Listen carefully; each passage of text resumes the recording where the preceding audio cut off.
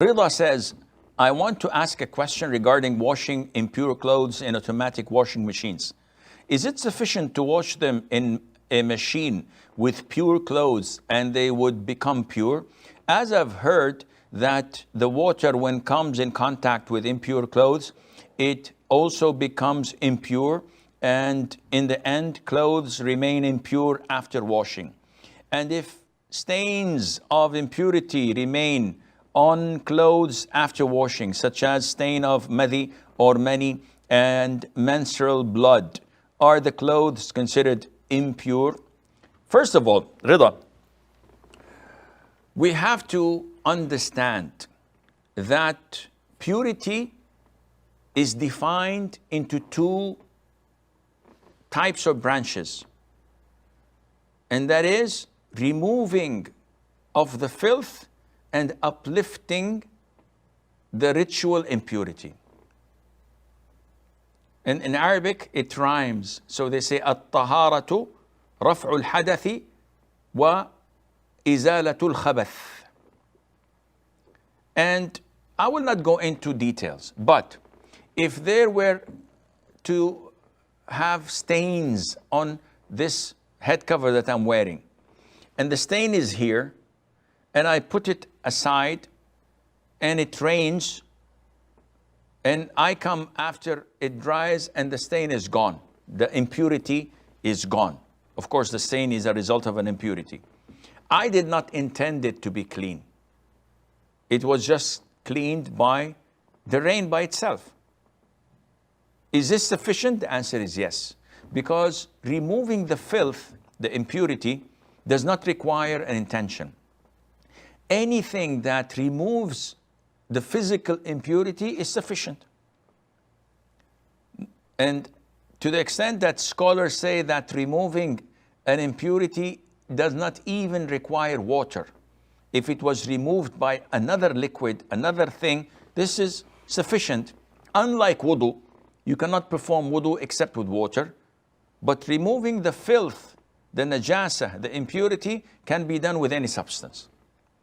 Now, as you have stated, Rida, scholars said that the amount of water to remove an impurity must be overwhelming.